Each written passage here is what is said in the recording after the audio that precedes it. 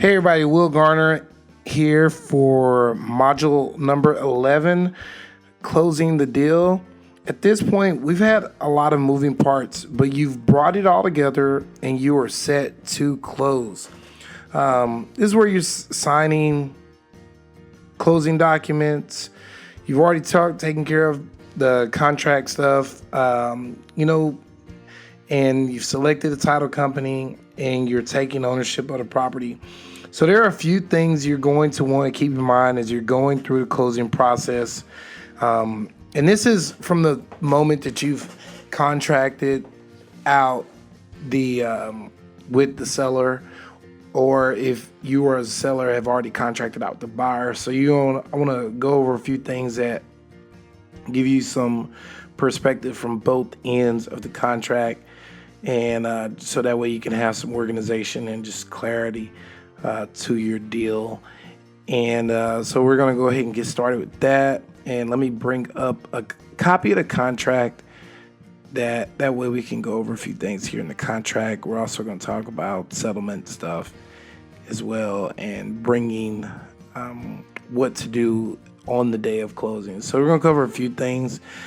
And if you have any, just disclose. If you have any further questions, just hit me up on the Flipped Mastermind group on Facebook on our office hours days, and we can hash that out. But this hopefully will help you out here in this module 11 in terms of closing the deal. All right, cool deal. So let's get started. I actually want to go over a promulgated TREC contract. This Texas Real Estate Commission is a contract I use on when I am contracting a property with a seller, and if I am contracting with a buyer. So this is the 1-to-4 family residential contract. Now my new construction stuff, we actually have a totally different contract that we would use on new construction that just offers more protection to us as a home building company. But we could go into that in our next course.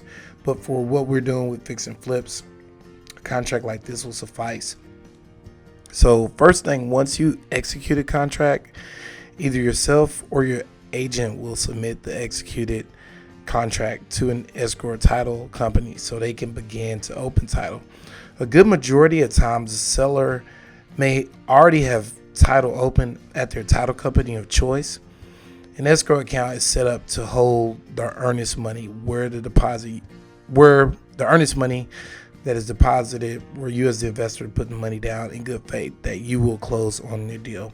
So if you see right here, section 5, this is the earnest money. So within 3 days after the effective date, you as the buyer must deliver X amount of dollars as earnest money to whichever title company as escrow agent. So your earnest money will be negotiated up front during the contracting part of the deal, and typically is 1% of the purchase price of the property. If the deal falls through because of inspection or title issues, and you have the appropriate contract language in place, this is a good contract to use for that, the title company is going to release the earnest money funds back to you. And on the reverse side of things, if you as the investor don't perform on the deal when all other pieces fall into place, then the earnest money would be forfeited to the seller as compensation for taking the house off the market without the sale going through. So, and we're going to go in more into that as far as the option period. That's going to give you some protectionisms as well. Second, within your negotiations, you should give yourself, like I was just saying, the option period, which is a specified amount of time that you can utilize for you to get the necessary inspections you need by a professional inspector who can really just give you an extra eye and make sure that there is nothing you may have overlooked, especially in terms of the structural integrity of the property. So let me go to the option period part.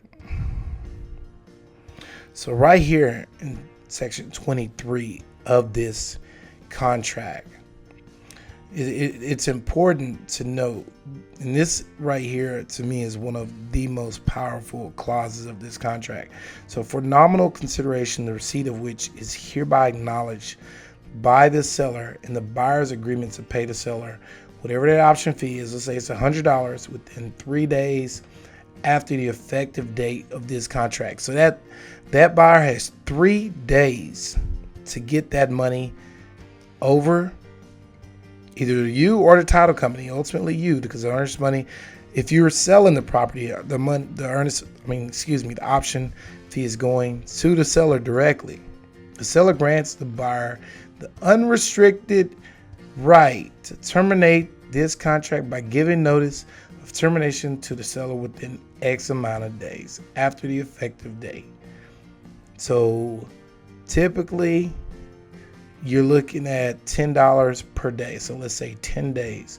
And this is now on my deals that I do, if the earnest money is $2,500, I'll take 10% of that, and I'll request a $250 option fee. So you can, when you're selling as a seller, you're fixing flip, you can play with these numbers how you see fit.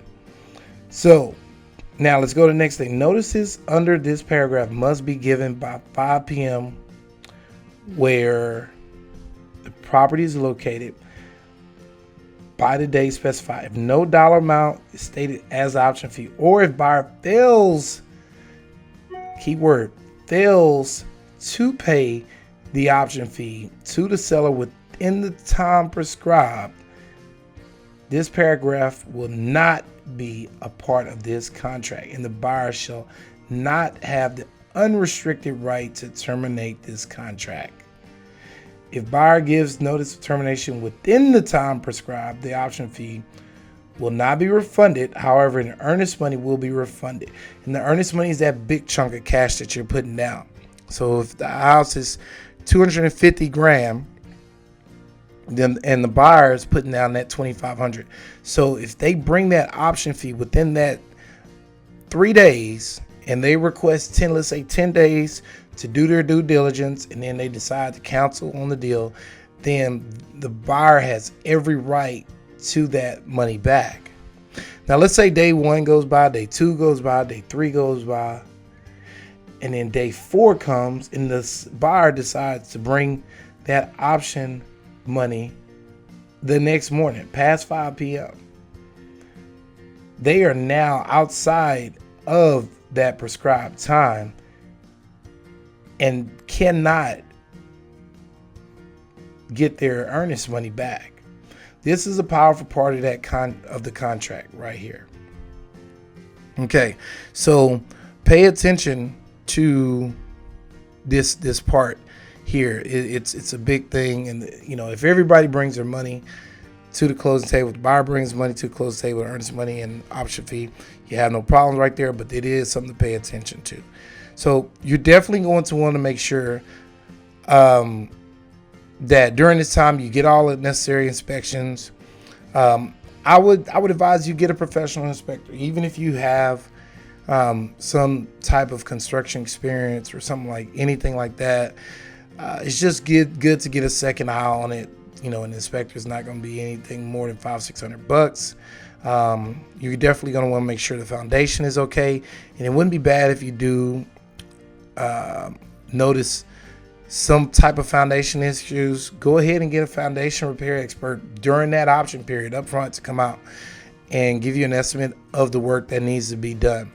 You want to get all of your ducks in a row in terms of what repairs need to be done during this option period and getting a really, really tight number. So you got to really have your ducks in a row, your dream team of subcontractors and trades in place, and don't wait till when you get to the option period and start scrambling trying to find this person that. You want to have all this stuff up front. Third thing is, during this time period, you're tightening down your numbers and get nice and tight, comprehensive and accurate improvement costs. All right, during this time, you're going to be ordering the property survey. Now, keep in mind, during this time frame, you're actually collapsing time frames to take care of all those pre-closing items. If the seller already has the survey, then as a buyer, you wouldn't be ordering that survey. And this is, let's go to the survey part of the contract. This is definitely up for negotiations as far as who pays for the survey. So you got a few options here. It could either be at the seller or the buyer's expense. So the title company is going to want the survey up front. The survey is just an examination of the property that lays, either inside or outside those property lines. And you're going to find out what the right of ways and easements are on the property. This is really important because you're going to want to know where utility easements, utility easements are running through your property is in relation to where you want to make improvements on your project. Once you have the survey in hand, review it carefully. You should also inquire about flood insurance if you live in a floodplain. I know here in the Houston area, that's a big thing. It's more than a big thing. It's a major thing, knowing if that property is in the floodplain. Is it in the floodway?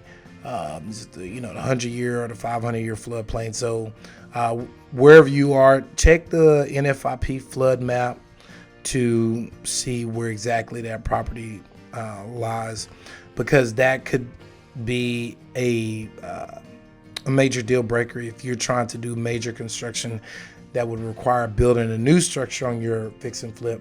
There may be some I know here in Houston, for example, properties that are in the floodway, they have to be built up on stilts, and new properties in the flood zone. A lot of them, they're making them build them up on piers.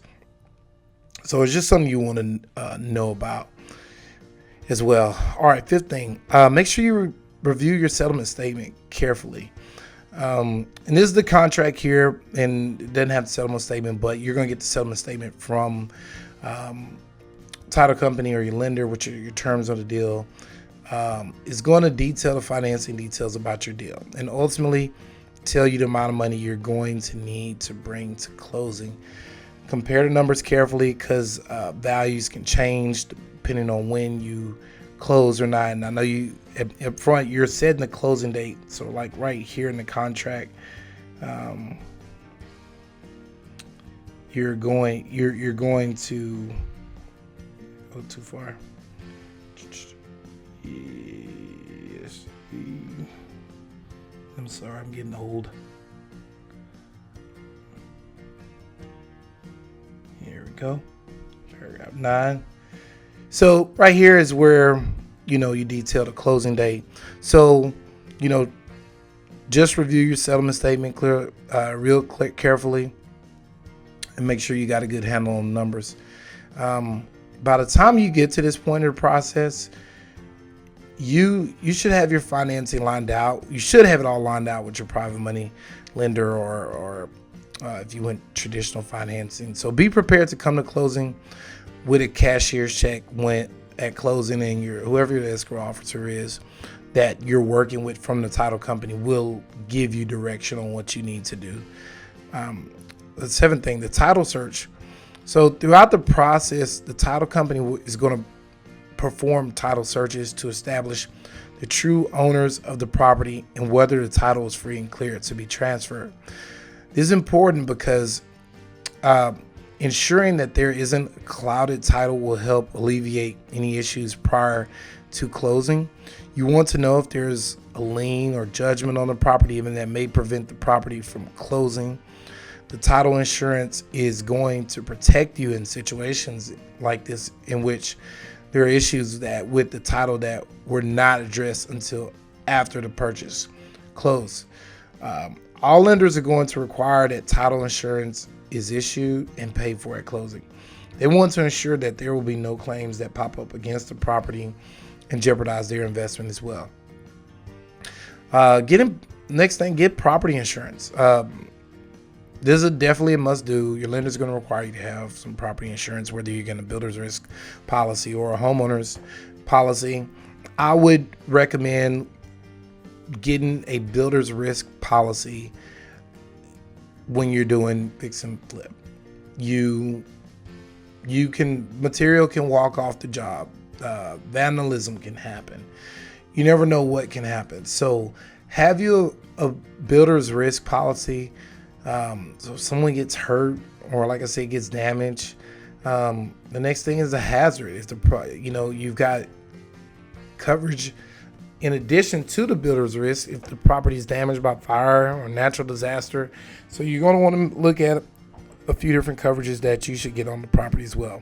The goal is to protect the risk. And in insurance terms, the risk is the property itself. So they call it a risk in insurance because once you assume ownership of that property, it is a risk, a calculated risk to the insurance company. The risk is the property itself that you or your corporate entity are going to be listed as the insured. So you're going to want to, get with an insurance agent that's in your area and get that understands property insurance. They can offer a good builder's risk program as well. The big difference is that you're going to need remodelers and builder's risk insurance. That's just the fact of the matter. Another thing, since you're getting started in your own business venture, you may or may not already have it, but you're going to want to secure you a general liability policy as well that covers the overall conduct of your business. The next thing, as you get closer, you're going to want to make sure you have your schedule in place so you can hit the ground running. The goal is to limit your holding costs. Figuring out who you want to contract out as a locksmith, energy provider, water, etc. This is a good time to line all of the miscellaneous things up as you prepare to close. And last but not least, signing the closing documents. You've gone through this whole contract. From beginning to end, you got to the closing table. At the closing table, this is going to be an exciting and frightening time for you, but nevertheless, you have no fear. You're on your way to bigger and better things. As the buyer, your funds are going to have to be provided in the form of a cashier's check, wire